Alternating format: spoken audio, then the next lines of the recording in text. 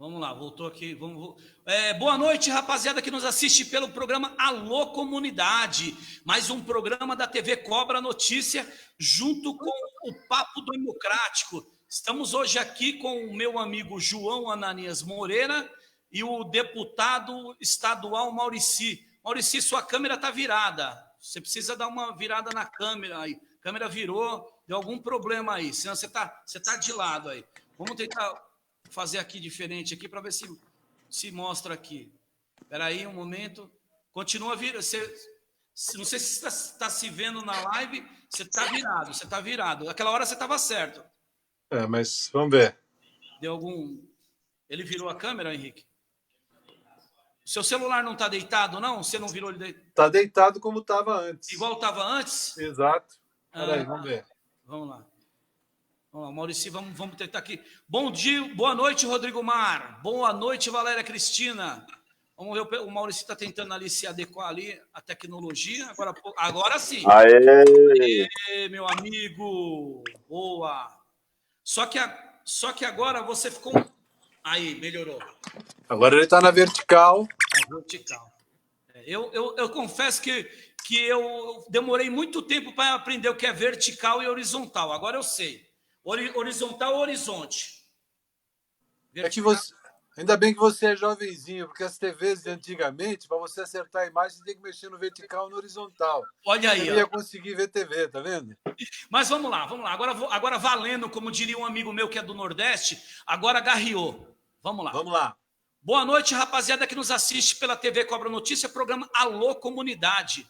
Hoje nós estamos aqui com o meu grande amigo João Ananias Moreira, presidente do Instituto São Paulo pela Democracia. Está dando uma olhada ali no peixe que ele está fritando e não está prestando atenção na gente. E o nobre deputado Maurici, do Partido dos Trabalhadores, deputado estadual. Sejam bem-vindos vocês aí. Uma boa noite, Maurici. Boa noite, Cobra. Boa noite a todos os internautas que estão nos seguindo, que estão nos vendo. E é uma satisfação estar aqui com vocês hoje, com você, com o João Ananias, com todo esse povo que você já cativou, não é? Mentes e corações, para a gente bater esse papo democrático nesse Alô Notícia, é isso? Programa Alô Comunidade. Alô Comunidade. Vamos lá. Isso, boa. Meu amigo João Ananias Moreira, que não precisa de apresentação, virou arroz de festa, está sempre por aqui. Se apresente, meu amigo. Queria agradecer aí novamente a presença do nosso deputado aí, Maurici. Agradecer o nosso pessoal aí que já está na live com 23 pessoas assistindo a gente já, né? Vamos ver se a gente chegar aos 100. Agradecer a TV Cobra, nosso Alô Comunidade, que normalmente a gente faz presencial e nós estamos fazendo via essa live, né? E sempre agradecer nossos amigos e amigas, seguidores aí do nossas páginas do Facebook, do TV Cobra, de todos, Café com Cobra de manhã. Então, todo esse pessoal está com a gente. Uma boa noite a todos e tenhamos um bom programa, né? Boa, João. Deixa eu mandar já o boa noite aqui para o pessoal, aqui para Valéria Cristina, Janedson Salles, boa noite, Francisco Souza, Paulo Ferraz, Lourdes Borges, Fred Silva, quem mais aqui que está conosco aqui? Estrela do Camélia, Thalita Filha da Luz, Maria Aparecida de Lima, Rodolfo Cesário, Reginaldo Godin, Dandária Soares, Renato Soares. Bom, vamos lá, vamos voltar aqui a nossa... Já mandamos o nosso boa noite, já vou pedir o compartilhamento de todos vocês aí, que hoje a live está pesada. Se ela cair, é porque tem muita celebridade aqui. Afinal de contas, estamos com o presidente do Instituto São Paulo pela Democracia, que não é pouca coisa, e o deputado estadual Maurici pelo Partido dos Trabalhadores. Deputado, já de antemão, queria saber de você o seguinte: você deve ter andado muito esse estado de São Paulo, ou anda ainda, não sei como é que está a sua agenda. Queria que você falasse para nós o que você está vendo nessa questão do coronavírus no estado de São Paulo. Bom, Cobra, vou te dizer que nesse momento eu estou seguindo a recomendação das autoridades sanitárias e ficando o máximo possível em casa, certo? Mas evidentemente que, e acho que todo mundo devia fazer isso nesse momento, que é a melhor maneira da gente combater essa pandemia, esse Covid-19.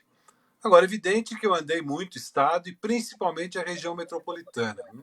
Eu, embora more hoje na capital, sou de Franco da Rocha, uma cidade importante, né, aqui da região metropolitana, e morei bastante tempo, trabalhei na prefeitura de Santo André. Então, a minha relação com a Grande São Paulo é uma relação mais profunda, eu diria.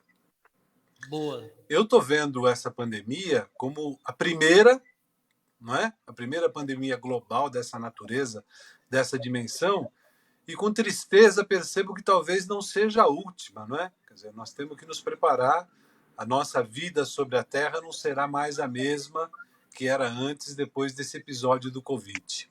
Boa, E vejo também, de forma muito lamentável, né, que as infecções, o número de infectados no Brasil, embora, estou falando dos números divulgados, todos nós sabemos que ele é um número subdimensionado, mas ele cresce a cada dia, como cresce também o número de mortos.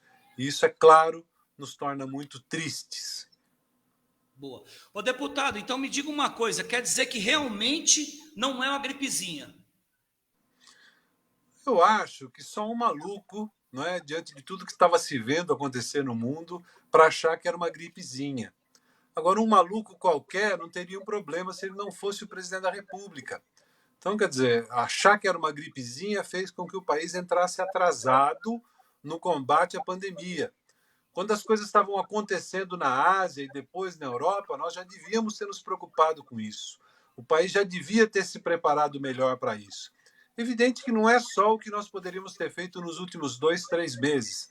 É o que nós poderíamos ter feito nas últimas décadas, fortalecendo o Sistema Único de Saúde, correto?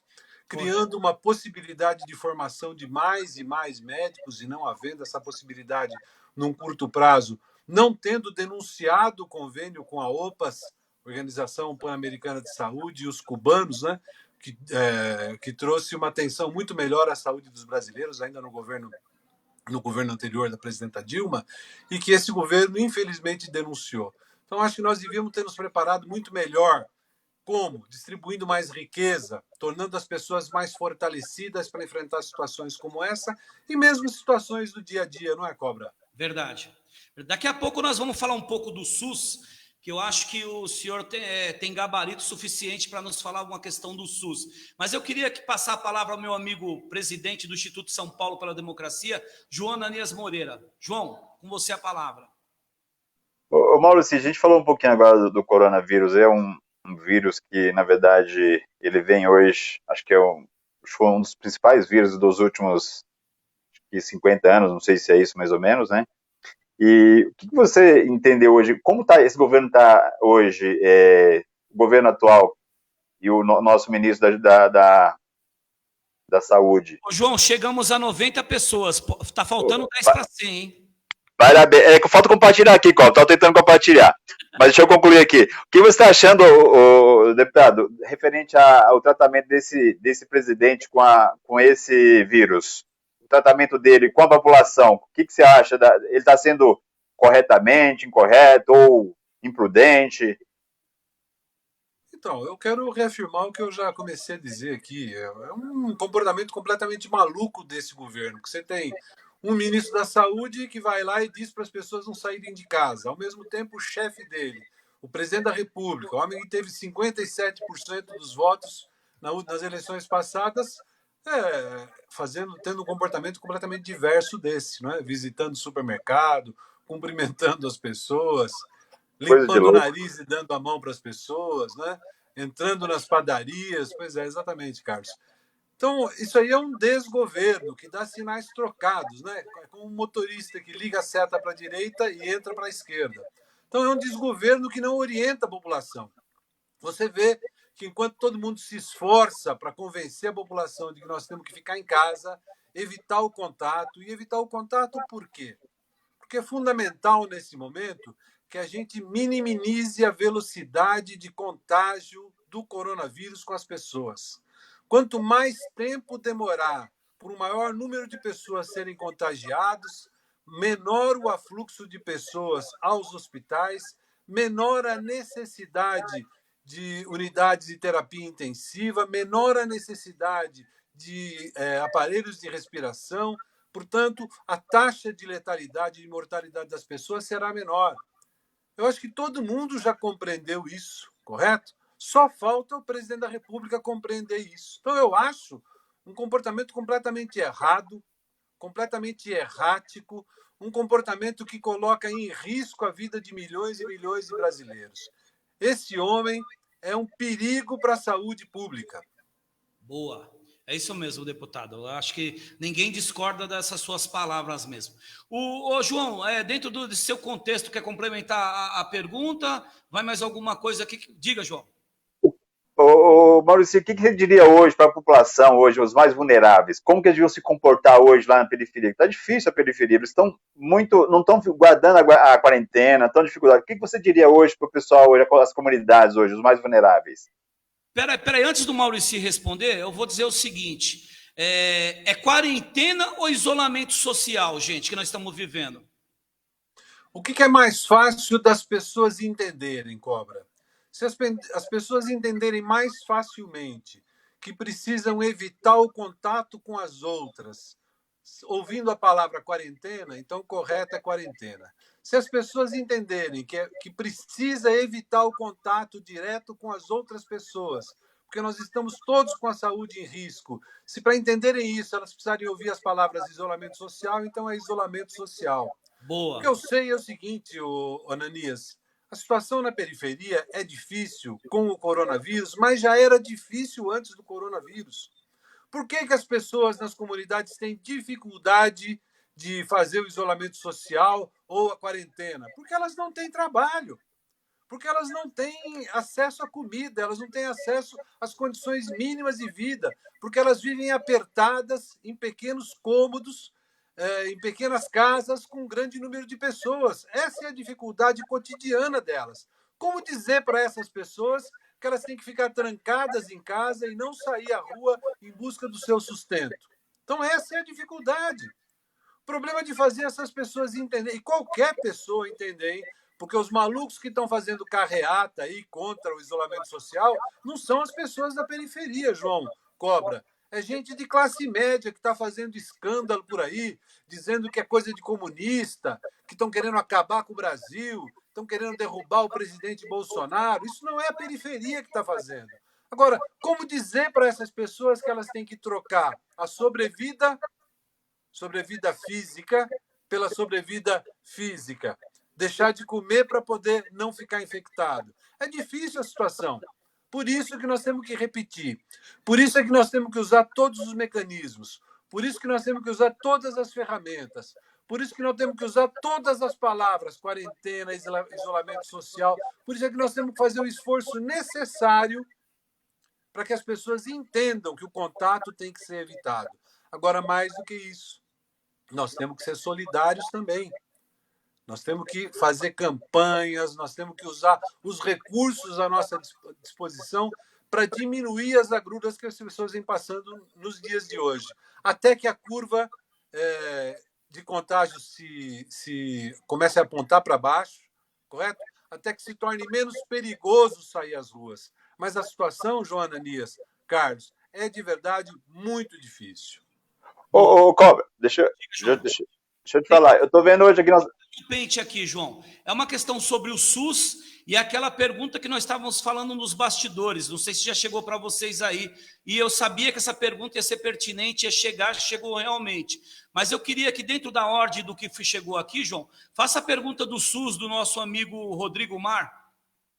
Não, se você pode fazer. Eu só ia pedir o seguinte, Cobra. Nós estamos com 112 pessoas agora na live. Eu ia agradecer a todos aí, a Renata Pereira da Silva, a Valéria, a Silvia, o Felipe. E todos aí agora, compartilhe, esses 112 agora nesse momento que tá aí, compartilhe, tá? A live, tá?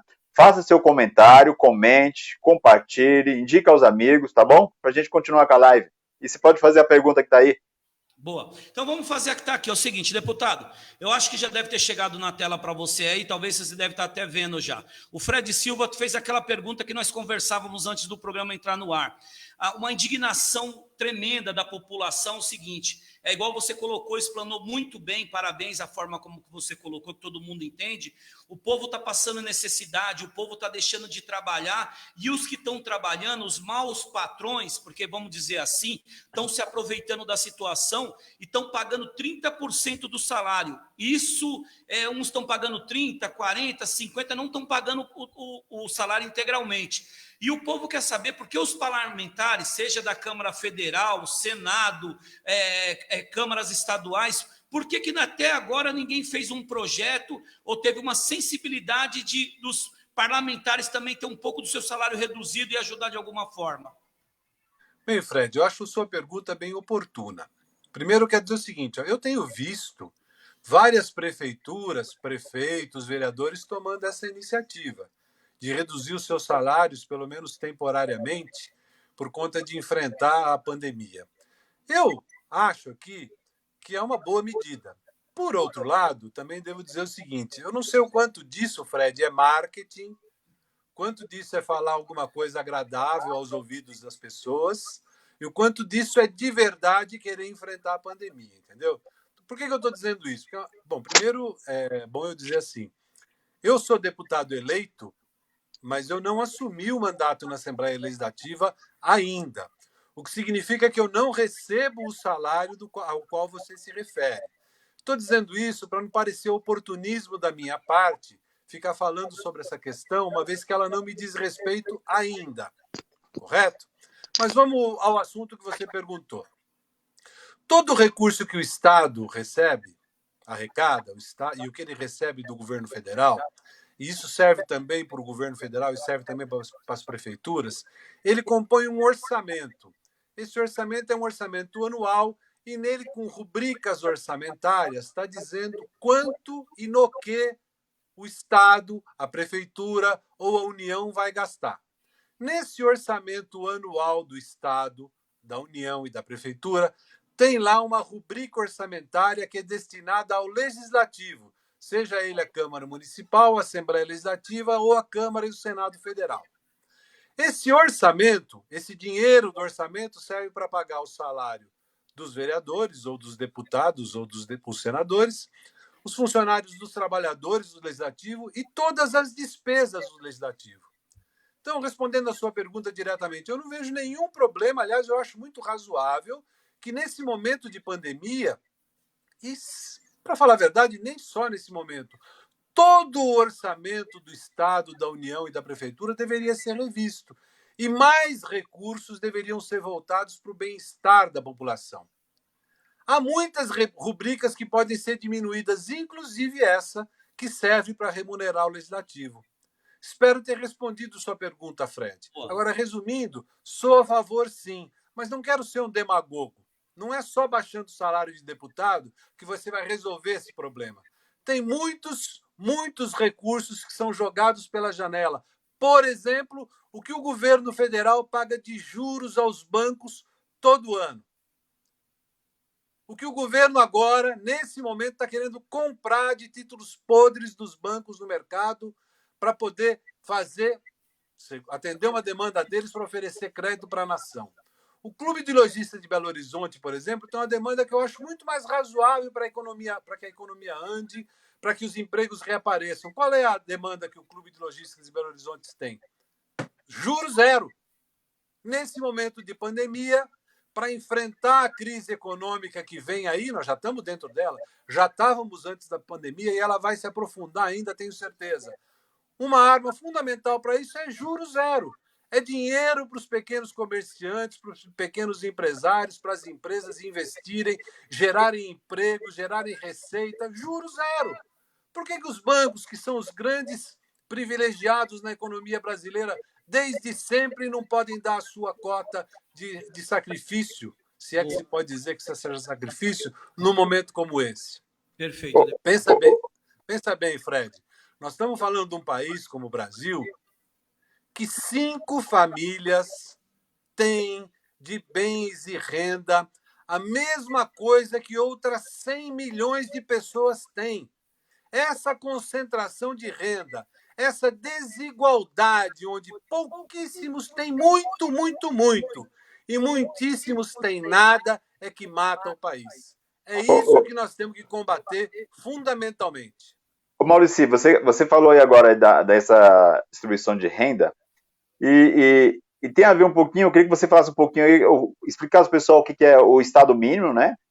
O porquê que o Estado mínimo foi implantado, né? Ou queria implantar, que é o neoliberalismo, né?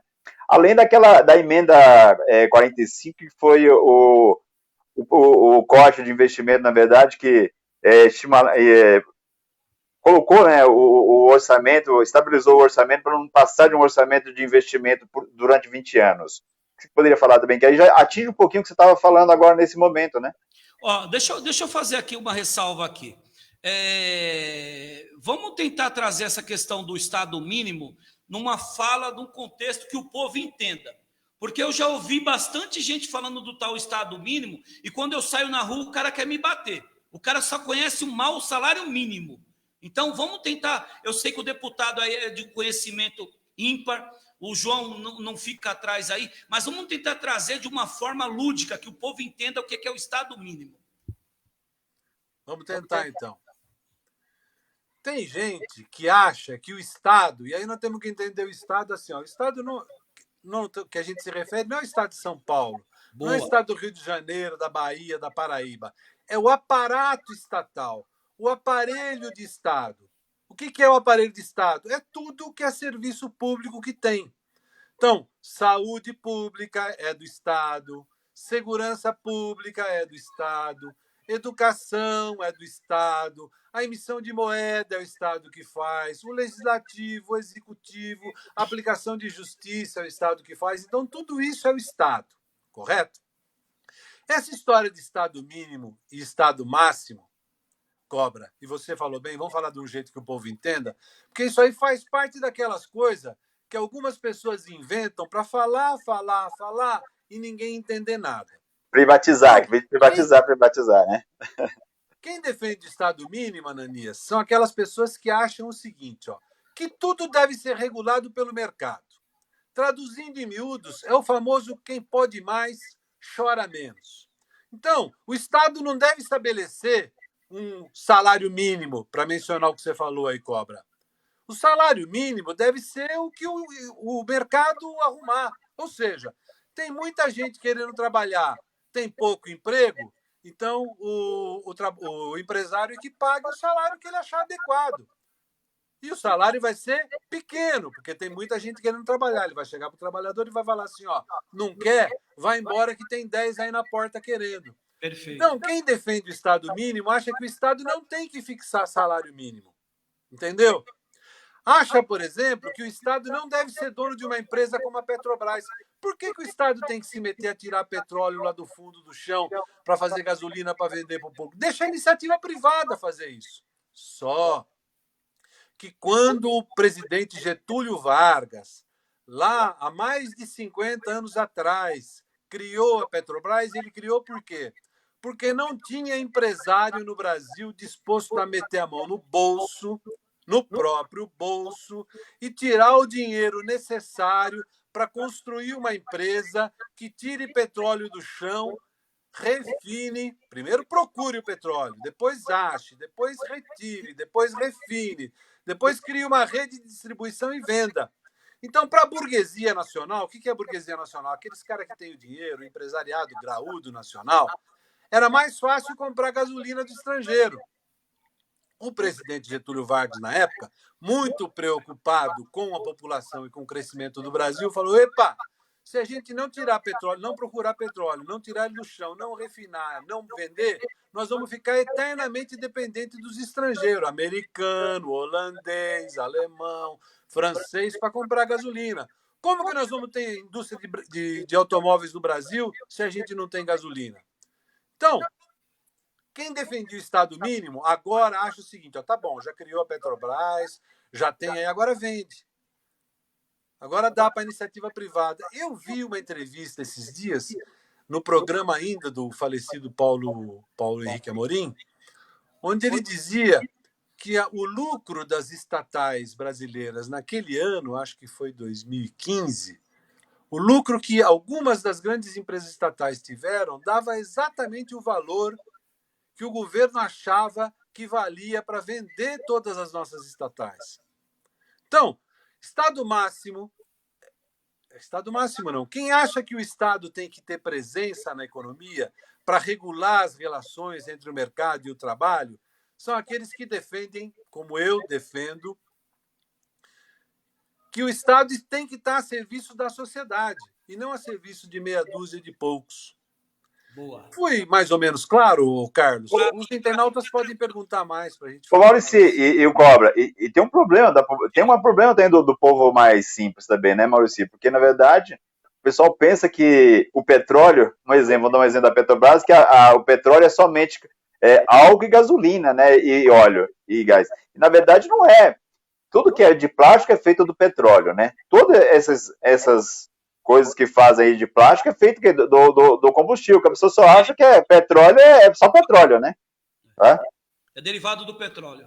A gente tem o tempo da nossa live aqui, então a gente procura tentar resumir as coisas e a gente acaba falando, às vezes se atropelando. Mas eu acho que a importância do petróleo é tão grande na sociedade atual que eu queria falar um pouco, Cobra, se você me permite, da história do pré-sal. Fica tranquilo. O Brasil sempre foi dependente de comprar combustível no exterior. Nos anos 70, quando foi criado o OPEP e teve a primeira grande crise do petróleo, a economia brasileira se desarranjou. Por quê? Porque o Brasil era um grande importador de petróleo.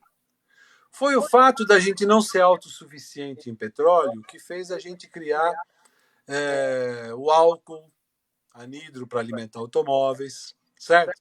Que fez a gente investir em grandes hidrelétricas, que fez a gente tentar substituir a energia gerada do petróleo por outras fontes de energia. Durante o governo do presidente Lula, a Petrobras descobriu o pré-sal. Vocês se lembram bem disso.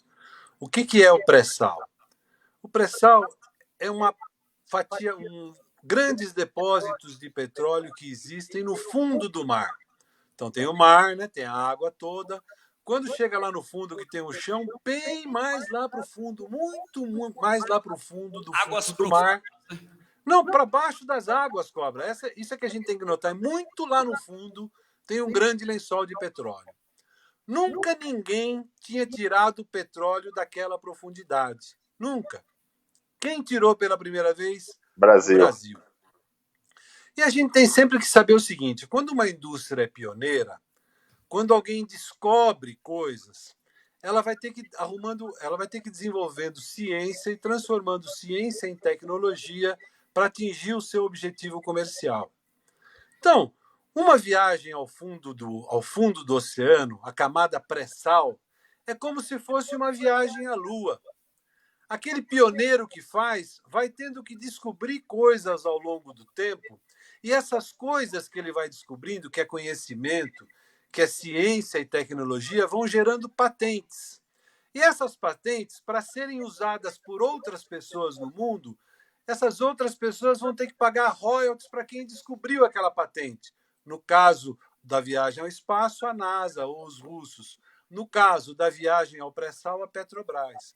Então, ser autossuficiente em petróleo e explorar o pré-sal não é só ter petróleo para fazer movimentar a nossa economia, mas é adquirir um conhecimento que no mundo ninguém tinha. Essa é a fundamental importância do pré-sal, do qual o Brasil agora está abrindo mão. Está dividindo aquilo que custou tanto recurso ao povo brasileiro para adquirir, não só do ponto de vista de energia, mas também do ponto de vista de conhecimento, com outras empresas americanas, francesas, norueguesas, que vieram aqui agora para comer o mel, né? Já que nós, para comer a carne, já que nós, Petrobras, roemos o osso. Ô, João, você tem alguma pergunta? João, vamos tentar ser mais... 30... Ô, Maurício, vamos dar um exemplo. Vamos voltar aqui um pouquinho ao Estado mínimo, que na verdade é o seguinte. Na verdade, o Estado mínimo foi a privatização, que o Estado mínimo era uma desculpa para fazer a privatização das nossas empresas públicas, na verdade. E quando nós estamos numa quarentena de um vírus, quem hoje realmente está fazendo o tratamento hoje da coronavírus, quem que é? É um espaço público criado e bancado pelo Estado, não é verdade? Inclusive, os leitos que existiam, os privados tinham realmente tomado conta da metade deles, não é isso? Com a falta do investimento do Estado mínimo, deixaria de investir o quê hoje? Na descoberta de uma vacina contra o coronavírus, não é isso? Não seria isso? Queria que você falasse um pouquinho sobre o SUS aí, o porquê do investimento em a descoberta de uma vacina e o investimento do Estado no espaço do SUS, por exemplo.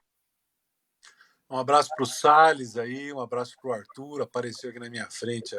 Boa, deputado. O pessoal está cobrando aqui que você não está mandando abraço aí, ó.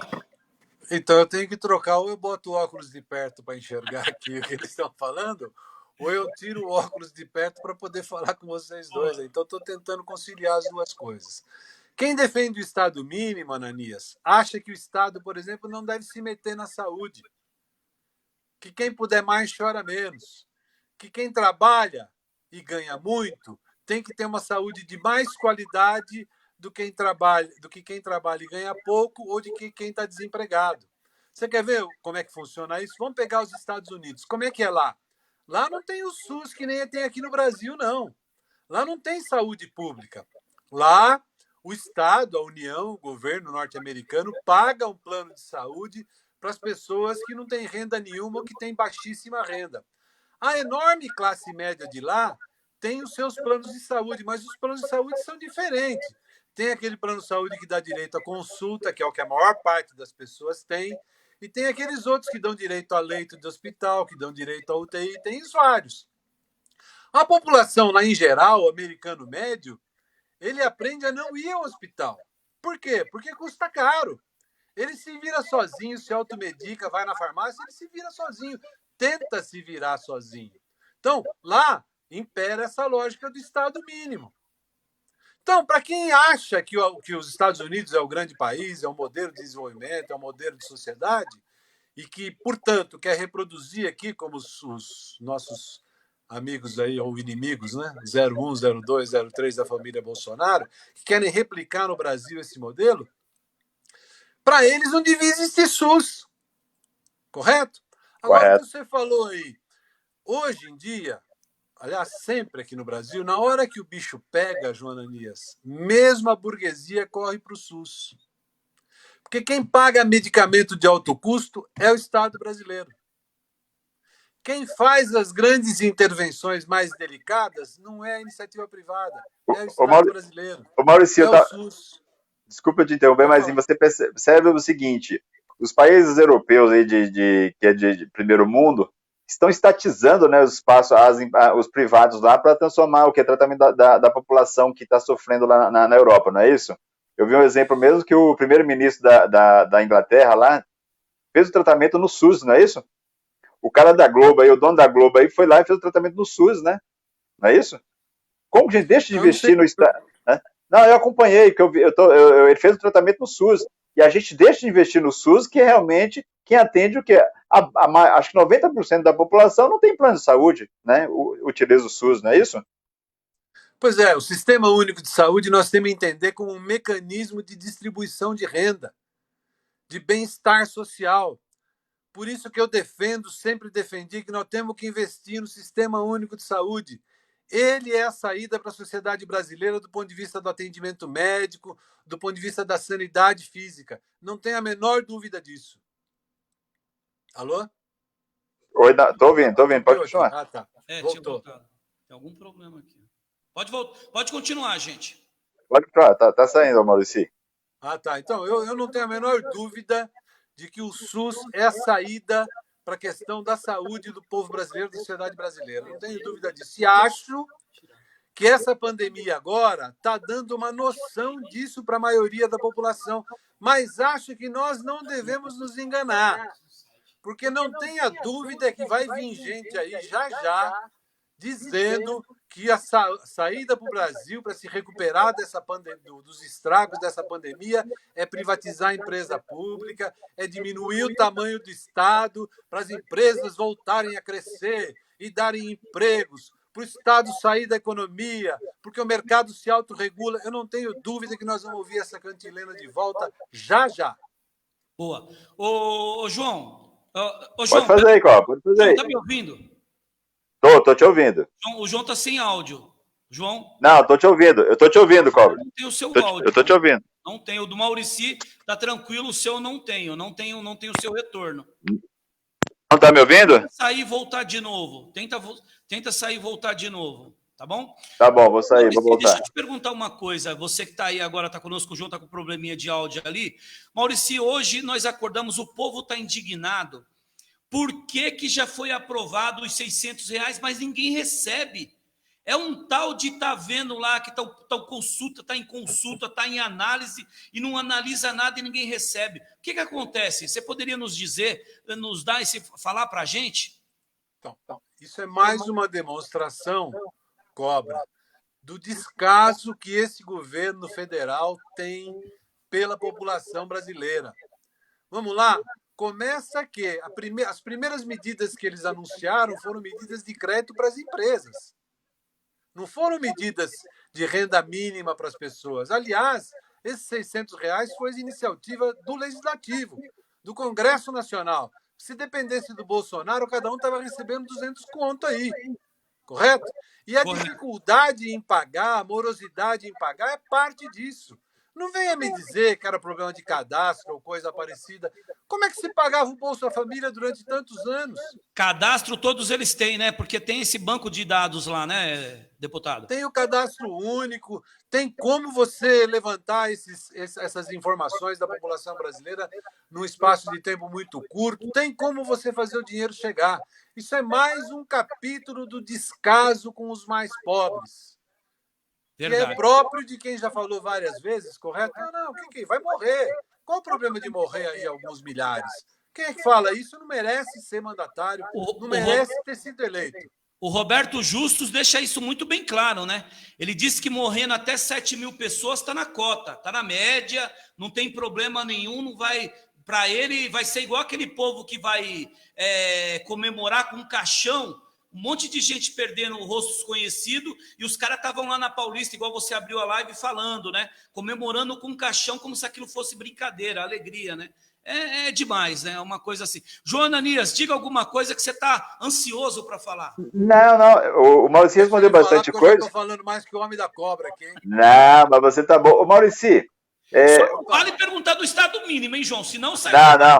Ô, Maurício, o senador Suplicy. Não, deixa eu só voltar um pouquinho quando você falou aí dos R$ 600, Maurício, até porque era um projeto do PT de 1.045, né? E o governo levou uma proposta de 200, ia chegar até 600, mas era a proposta da esquerda por 1.045, não é isso? Tá? Então, estou vendo aqui o Rodrigo perguntando de como é que está o enfrentamento do Covid lá Isso, em Franco da Rocha. eu queria que depois você respondesse sobre Franco da Rocha e ser uma das cidades que fez hospital de campanha, né? Mas vamos responder do João Ananias, senão ele vai sair da live e vai deixar nós. Não tem problema. Ô, Cobra, deixa eu só dar um boa noite aqui pro Jabas Monteiro, um cantor, e fez uma homenagem aí ao nosso amigo que morreu ontem, o Moraes Moreira, isso. Ele fez um show ontem sensacional. E tem outras pessoas que eu vi aí, tem o Walter, pediu para dar uma boa noite. Boa noite, Walter. Boa noite a todo mundo aí que está com a gente. Doutora Renata, doutora Rosimeire, doutora Rose, Silvia, Felipe, tem bastante gente aí. Ô, Maurício, quando o senador Suplicy, há muito tempo, ele apresentou o projeto lá da renda mínima, não é isso? E depois de muito tempo, hoje eles voltaram a discutir no Senado e também na Câmara dos Deputados. Você acha que esse projeto ele vai ser aprovado, eles vão dar andamento, ou será que não sei qual vai ser o andamento? Qual que você acha a posição deles em relação ao projeto do renda mínima?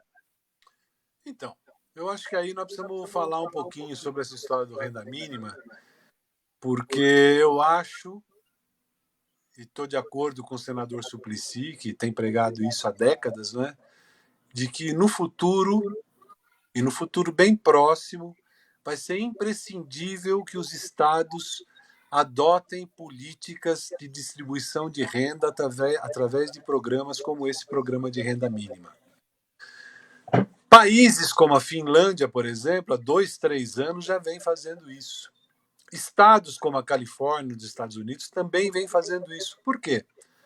Porque é da natureza do capitalismo que uma parte dos seus trabalhadores fiquem de fora do mercado de trabalho, certo? O Marx já dava o conceito de lumpen do proletariado a isso. E é por isso que, vez por outra, o capitalismo inventa suas guerras, né? De um lado é para retomar a produção, e de outro lado é para exterminar mão de obra que o sistema não consegue absorver. Agora, com o desenvolvimento tecnológico que nós estamos vivendo, é natural que não haja mais empregos para todo mundo. Correto? Os Mão de empregos obra estão desaparecendo. qualificada, né, deputado?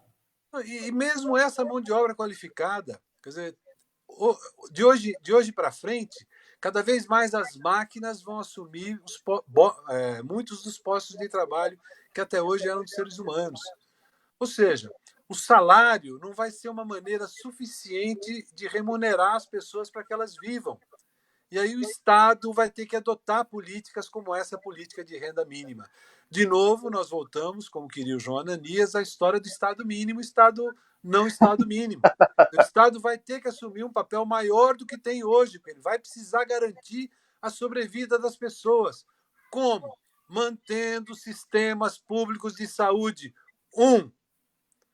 Mantendo programas de distribuição de renda mínima. 2, entre outras políticas que o Estado vai ter que criar, vai ter que desenvolver. Caso contrário, a sociedade vai entrar em convulsão, porque esse modo de produção não é mais capaz de garantir a evolução da economia e a saciedade das pessoas.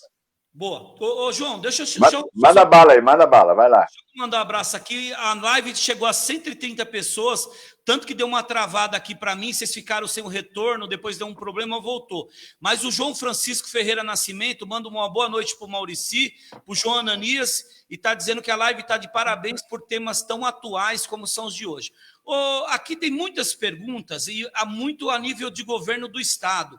O Rodrigo já perguntou do Sul, já quer saber a questão de Franco da Rocha. Eu acho pertinente nós falarmos de Franco da Rocha, mas eu queria uma opinião do deputado estadual, um parlamentar que representa a cidade de São Paulo, realmente, o Estado, na verdade, o Estado de São Paulo. Como é que ele está vendo essa questão do governador, a queda de braço entre ele e o Bolsonaro? O povo está ficando nesse meio aí, o Dória querendo dizer que a gente fica na tal da quarentena, isolamento social, e o povo dizendo, já está numa situação que o povo está brigando para ir para a rua, realmente, o Dória está ficando numa... Como é que você está vendo essa questão, deputado? Bom, evidentemente que um tem uma posição, o outro tem uma posição diversa. A posição do governador é a posição alinhada das autoridades de saúde, a Organização Mundial de Saúde e das pessoas de bom senso. A posição do presidente da República é a posição alinhada aos malucos, certo? Aqueles que acham que é uma gripezinha, que está tudo certo. Ou seja, o presidente Bolsonaro está fazendo uma aposta. Eu acho uma aposta que vai custar muito caro a ele. Mas, na minha opinião, ele está fazendo a seguinte aposta: vai ter essa pandemia, vai morrer gente, muita gente vai ser contaminado, mas daqui 2, 3 meses isso vai passar, e aí o parque industrial brasileiro vai estar destruído, um montão de gente vai estar desempregada, muitos empresários vão falir, e eu vou aparecer dizendo, tá vendo? Não me ouviram? Qual o mal de ter morrido umas 7, 10, 15 mil pessoas para salvar a economia brasileira? Essa, para mim, é a aposta que o irresponsável do Jair Messias Bolsonaro está fazendo. Perfeito.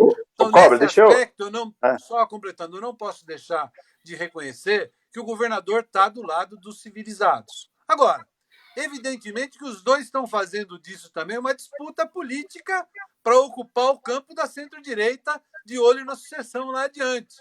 E estou falando isso com propriedade, porque por que o governador precisa colocar uma campanha de isolamento social como essa que está na televisão, cutucando a posição do presidente da República numa peça publicitária que é paga com dinheiro público?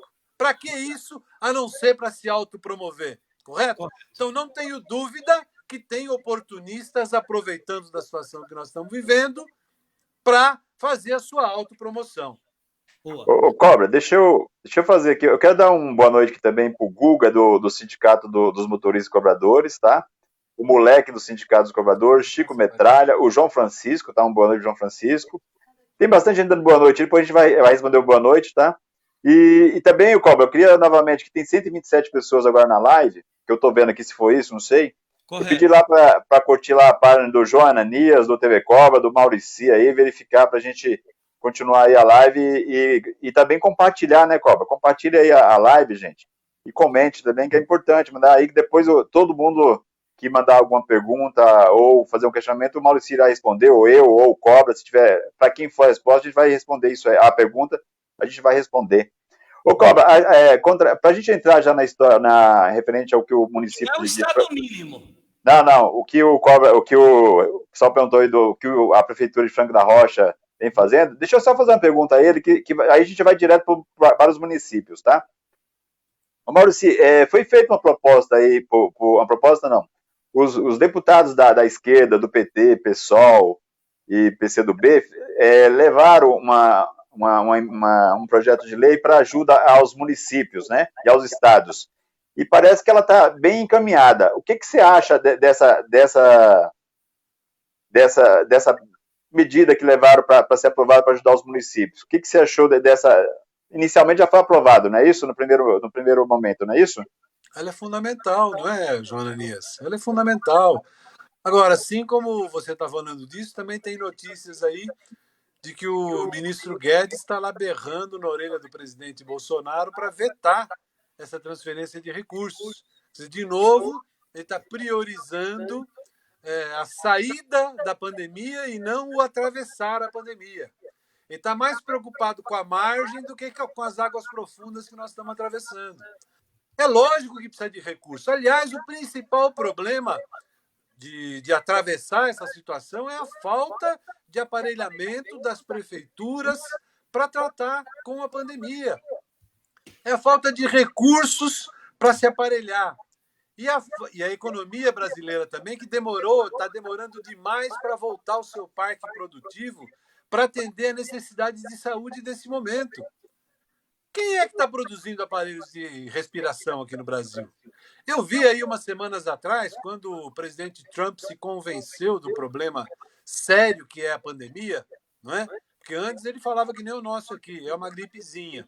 Mas quando ele se convenceu, eu vi uma notícia de que a General Motors dos Estados Unidos parou de produzir automóveis e passou a produzir equipamentos para enfrentar a pandemia. Por que o nosso parque industrial não está fazendo isso com toda a força? Por que essa não é uma medida para manter a economia aquecida? Então, passar recursos para as prefeituras é o mínimo. Aí eu vou aproveitar para falar de Franco da Rocha, João. Isso. Porque isso é importante para falar do caminho do vírus, do Covid-19 no estado de São Paulo.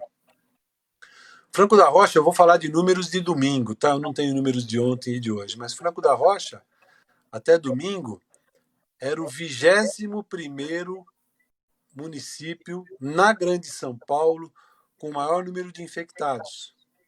Dos 39 municípios da Grande São Paulo, ele era o 21º. E no estado era o 28º. O que isso significa? Significa a questão do isolamento de novo, porque você vê que dos 21 municípios com maior número de infectados no estado de São Paulo, dos 39, 21 são aqueles mais conurbados com a capital. Taboão da Serra, por exemplo, acho sexto ou sétimo, ou oitavo domingo com o maior número de infectados. Isso significa o quê? A relação entre as pessoas. O relacionamento entre as pessoas, a aglomeração urbana. É isso que faz o vírus progredir. Lá em Franco da Rocha, a prefeitura tem feito o que pode para fazer o enfrentamento da situação. Isso significa, desde logo... O Edu, já vou fazer sua pergunta. Desde que a situação se desenhou, rediscutir o papel das UBSs, né? As UBSs passaram a abrir aos sábados, aos domingos, em plantões. Abriu-se um hospital de campanha, se redirecionou o esforço de merenda escolar, passou a se fazer uma campanha para o não funcionamento do comércio, certo? Para convencer as pessoas de que essa questão do isolamento é central, é importante. Quais são os números de isolamento em Franco da Rocha? O deputado tem? O pessoal tem ficado em casa mesmo? Tanto quanto no resto das cidades da Grande São Paulo. Não muda muito. Não muda muito porque é difícil. Aquilo que eu falei para você. A pandemia só colocou a nu, só deixou pelada a situação de miséria que vive as grandes cidades no Brasil. Que o desemprego colocou as pessoas, que a falta de oportunidade de políticas públicas deixou as pessoas. Então, é difícil você dizer para a pessoa, para o pequeno comerciante, que ele não pode abrir o comércio dele sabendo que ele vive daquilo. Perfeito. Correto? Se puder, vai buscar o sujeito na casa dele para comprar, porque ele precisa daquilo. Então, o discurso do Bolsonaro, quando ele fala, não, vamos abrir, ele pega em cheio o interesse dessas pessoas. Ele encontra eco nessas pessoas, como encontra eco no sujeito que está desempregado, que também acha que a culpa agora é de quem fechou as empresas por conta da pandemia. O deputado, o Adriano Diogo, sempre deputado Adriano Diogo, manda uma boa noite e transmite um abraço para você. Muito obrigado. Fico muito feliz que o Adriano esteja me vendo aqui, esteja me ouvindo, porque o Adriano é uma pessoa que sempre foi muito solidária com a população mais pobre e sempre foi um dos ícones, uma pessoa que eu sempre admirei e sempre procurei, desculpa, Adriano, imitar na vida pública. Não, mas imitar nesse ponto, você procurou uma pessoa de índole ilibada e que realmente representa. Ô, deputado, eu sei que você abriu a live dizendo que ainda não é deputado, mas é deputado, porque você ainda não tomou posse, você está numa transição e agora com essa questão do coronavírus parou todo o mundo, se assim pode-se dizer, né? Eu queria dizer para você o seguinte, aqui em Sapopemba, Vila Prudente e São Mateus, nós temos um grande elefante branco, um grande problema que é o monotrilho, ou enganotrilho ou coronatrilho, né? Porque o governo do estado estão há 45 dias parado, e o governador ou o secretário de transporte não vem a público dizer o que realmente aconteceu e está lá, como se fosse um brinquedo que você compra da China, que ele quebra e você encosta no lugar. O que é que você pensa sobre isso, deputado? Então, na Zona Leste, ele começou a funcionar e parou, né? Nós estamos reclamando que ele está parado há quanto tempo, você falou? 45 dias. Fora o tempo que ele ficou parado quando estava em obra, na verdade. Furou o pneu, né, Cobra? Furou o pneu, né? Primeiro lugar que eu vejo um trem furar o pneu, não é isso? Furou o pneu, para você ter uma ideia. E na Zona Sul, que ele nem começou a operar. Pois é. Certo? Que está lá construído o monotrilho, mas não tem a operação do monotrilho. Eu acho que a dificuldade do secretário de Transportes em explicar o que está acontecendo para a população é que, se for explicar o que está acontecendo, vai ter que explicar por que isso está acontecendo.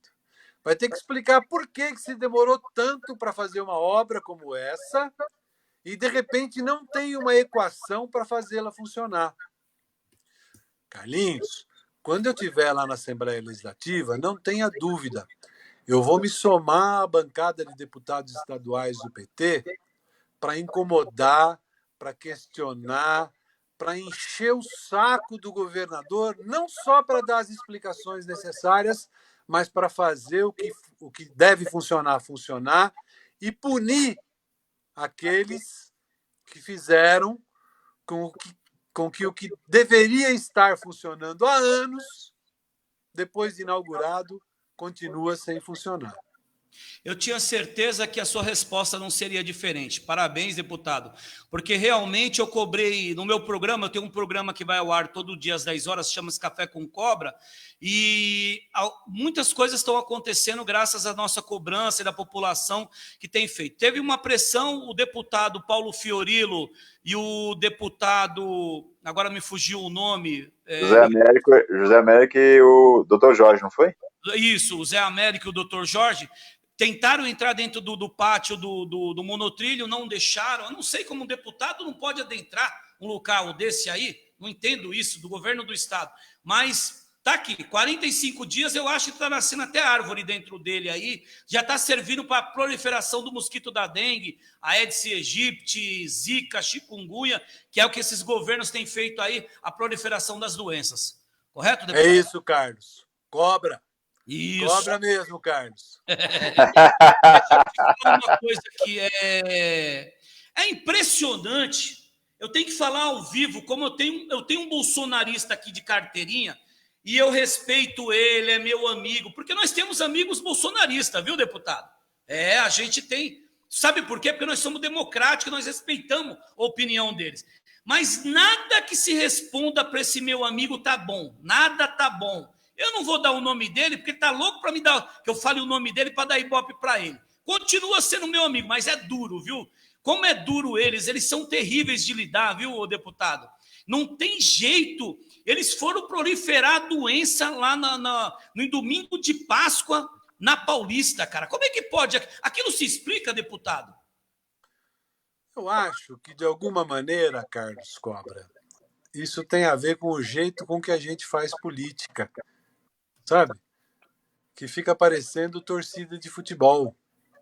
Quando você, mesmo sabendo que o seu time jogou mal e merecia perder, você inventa uma história e é capaz de brigar para defender essa sua história.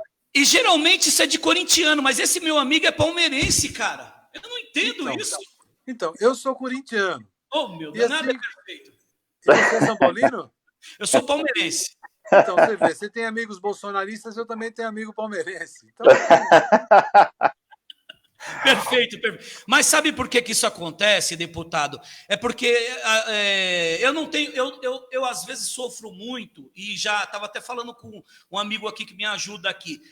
Essa semana eu estou indignado com a questão que o país vem vivendo, essa questão da pandemia. Eu tenho a minha TV, a qual eu não colocava muito a minha posição política, mas não dá para ficar em cima do muro. Não tem condições. Pago um preço caro. Já perdi muita gente que me seguia. Só essa semana eu já perdi 300 seguidores. Mas não vou deixar de colocar minha opinião aqui, porque é demais. Eles são terríveis. Não tem jeito, não vai. Eu não sei o que fazer com eles. Você perde 300, Cobra, mas você ganha 600, ganha qualidade, ganha pessoas que realmente se importam com quem realmente são os vulneráveis nesse país, entendeu? Que são os pobres, entendeu? É os pobres que geram riqueza nesse país, né? Cobra, João Ananias, nós estamos agora há poucos dias da Páscoa, né? Passou a Páscoa há poucos dias. Mas sobre isso que você falou, eu quero lembrar o seguinte, ó. Jesus, quando entrou em Jerusalém, uma semana antes da Páscoa, no que a gente chama hoje de Domingo de Ramos, tinha muitos seguidores. Verdade. Certo? Na quinta-feira à noite, quando ele foi preso, julgado sumariamente e condenado, e na sexta-feira, quando ele foi carregando a cruz pelo Calvário, ele já não tinha muitos seguidores, não. Isso é verdade. Correto? É verdade. E depois que ele morreu e ressuscitou e subiu aos céus, ele passou de novo a ter milhões e milhões de seguidores. Então, qualidade, né? A vida é dura, as coisas são circunstanciais e a gente tem que agir de acordo com aquilo que a gente acredita. A gente tem que ser generoso com os nossos iguais, com os nossos semelhantes. A gente tem que ser razoável ao discutir as nossas opiniões, mas a gente tem que sempre seguir aquilo que a gente acredita. Não dá para se viver de outra maneira. Perfeito. Quase, se não fosse tão direitista, quase que declamou um Pedro Bial. Mas tá bom. João Ananias Moreira, sinto em me informar que devido que um acordo de lideranças, antes de começar o programa, falamos em 1 hora. Temos 2 minutos. Passa rápido. Vamos ter que trazer o deputado depois de tomado posse aqui, para a gente fazer de novo o programa de novo. Mas, João, você quase não conseguiu fazer suas perguntas. Faça sua pergunta e sua consideração final.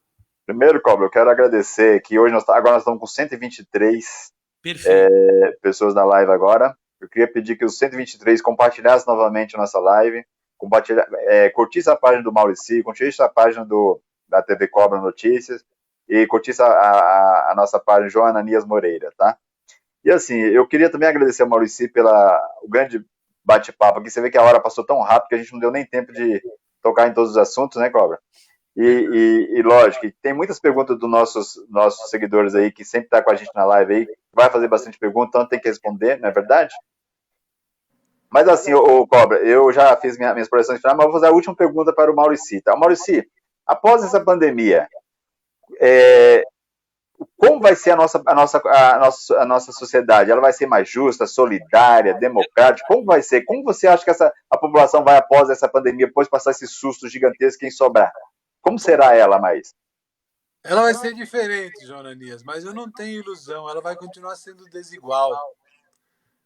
Justiça não acontece por causa de terremoto, por causa de epidemia ou de pandemia. Justiça social acontece em decorrência de luta. Se as pessoas mais pobres desse país não lutarem para diminuir a desigualdade vai continuar. Eu, Ô, João, eu acho que eu tenho 30 segundos, se é que eu tenho. Queria Tem mais, pode tem mais, referir. Maurício, tem mais. Tá, então vamos seguir aí. É que eu já queria me despedir. Não, é que assim, Ô, Cobra, deixa eu só falar uma coisa aqui, Cobra. É que assim, só completar o Maurício, já te passo, não vou falar mais, tá? É que assim, o que o Maurício quis dizer é o seguinte, nós vivemos o seguinte, hoje a desigualdade é muito maior. E quem gera riqueza nesse país são os pobres. É os pobres que faz caneta de 60 prestações, 30. São elas que geram riqueza nesse país, não é verdade? E segue aí, Maurício. Faz aí, ô Cobra. Continua. Peraí que eu preciso fazer aqui, é o seguinte, não teve jeito aqui, eu tenho que falar o nome dele, é o Eduardo Freire, ele está dizendo assim, te amo José Carlos da Silva Cobra, mas sou Bolsonaro 38. Não, esse não muda, viu? Esse não muda. Quis fazer a propaganda dele, fizemos uma propaganda. Sabe por que nós somos democráticos? Se nós vamos no programa deles, não deixam falar. Mas aqui tem direito à voz e à fala. Aqui a gente fala. Mas, João, quer ir para as considerações finais, que eu tenho 3 perguntas. Não, eu já fiz já. Pode ir embora aí. Pode ir, vai, pode falar. Maurício, é o seguinte. Sim ou não? É a favor que os parlamentares... Você está de acordo que os parlamentares, se for o caso, também tenham o seu salário reduzido para ajudar nesse momento? Eu vou mais além do que isso. Diga. Eu acho que tem que reduzir as despesas com o legislativo. Boa. Como um todo. Entendeu? Não é só o salário, não. A despesa com o legislativo é muito elevada. Boa. Agora, ela deve cair. Com o judiciário, mesma coisa. Concordo. Agora, temos que respeitar os trabalhadores que ganham salários, certo? Temos que respeitar esses trabalhadores que ganham seus salários. Agora, não podemos respeitar quem ganha sem trabalhar. Boa. Ô Maurício, segunda pergunta. Veja bem, matéria de prova valendo nota, hein? Preste atenção. O Bolsonaro tomou ou não a facada? Ué, eu acho que é difícil você enganar tanta gente assim, né? Deve ter tomado a facada. Agora, se aquilo foi combinado e tal, é outra história. Mas tomou a facada. Não é possível que os enfermeiros do hospital, lá de Juiz de Fora, os enfermeiros, trabalhador, médico do Sírio-Libanês, todo mundo seja mentiroso. Eu não posso acreditar nisso. Não dá para acreditar. Agora, terceira, o homem se contaminou ou não com o coronavírus? Ah, isso eu acho que não. Não? Eu acho que não, porque erva ruim geada não mata. Bom, gente, eu falei aqui com o deputado estadual pela cidade de São Paulo, do Partido dos Trabalhadores, Maurici. Falei também agora com o presidente do Instituto São Paulo pela Democracia, João Ananias. Gostaria de agradecer a essas duas pessoas. A agenda deles não é brincadeira. Abriram espaço para a TV Cobra Notícia, para o programa Alô Comunidade. E já deixo o convite aqui de bate-pronto para uma próxima oportunidade, o deputado, espero que quando tome posse não esqueça do nosso pequeno programa, porque aí vai dar entrevista para CBN, CNN, e aí não vai lembrar mais da TV Cobra aqui na nossa pequena audiência. Quero contar com você, deputado. E as considerações finais, não deixa ele falar não, Cobra? Vai, e agora as considerações finais, está com você. Então, Cobra, eu devo confessar a você que eu tenho muita dificuldade de falar olhando assim para um aparelhinho, que nem eu estou fazendo aqui. Eu prefiro falar olhando nos olhos das pessoas, sentindo a reação delas, né? Saber como é que as minhas palavras estão calando no ouvido delas para poder ter esse feedback. Então, não é uma coisa tranquila para mim, eu fico aqui todo suando, né, de falar aqui, mas foi uma boa experiência. Você pode contar comigo aí para estar sempre falando com os teus seguidores, com os internautas que veem o teu programa. Quero também agradecer ao João Ananias a participação dele aqui. Eu ouvi dizer que o João pretende ser candidato a vereador aqui na capital. Eu tenho certeza, João, que se você for candidato, você vai ser eleito. E se você fosse vereador hoje, João, tenha certeza que a cidade estaria melhor aparelhada para enfrentar esse coronavírus. Eu tenho certeza que você teria brigado pelo Hospital da Brasilândia, que você teria brigado pelo pleno funcionamento do Hospital de Parelheiros, você teria brigado para zerar o déficit de UBS que tem na capital. Você teria brigado para que o secretário Edson Aparecido tivesse mais recursos para cuidar bem da saúde das pessoas. Então, se você precisa de uma palavra de incentivo para seguir nesse caminho, tem aqui a minha palavra de incentivo, João Ananias. Muito obrigado a todos os seguidores, a todos os internautas, e tenha certeza, Cobra, toda vez que você me convidar, eu vou fazer um esforço danado para vencer essa minha timidez e estar aqui falando com vocês, tá bom? Muito boa noite e muito obrigado. Eu que agradeço mais uma vez. Diga, João, não vai falar... Não, manda um abraço pro meu amigo Jarbas Monteiro aí, ó. O cara mandou um abraço pro Maurício aí, manda um abraço para ele aí, viu, Maurício? Abraço, Jarbas, você tem toda a razão. Luta. Não tem vitória sem luta. Boa. Bom, gente, é isso aí. Agradecer a audiência de todos vocês. Mais uma noite, o programa arrebentou aí. João Ananias Moreira, preciso te cobrar aqui, que estão me cobrando ao vivo aqui. Falou cobra, Carlos, cobra. O sempre deputado Adriano Diogo ou não? Tá me cobrando aqui a entrevista dele, hein? Não, semana que vem o Adriano Diogo vai estar aí conosco, tá bom? Fechado, então. Abraço para o sempre deputado e vereador Adriano Diogo, do Partido dos Trabalhadores. Um abraço para o meu amigo Maurici, acredito ser meu amigo agora. Afinal de contas, defendemos a mesma bandeira, os mesmos ideais. Maurici 13, cobra. Boa! E o João Ananias, não preciso nem falar que é o concurso. Beijos e abraços, cheiros e amassos. TV Cobra Notícias, sozinho o problema é seu, juntos o problema é nosso. Valeu, rapaziada. Obrigado, boa noite a todos. Valeu, obrigado, boa noite.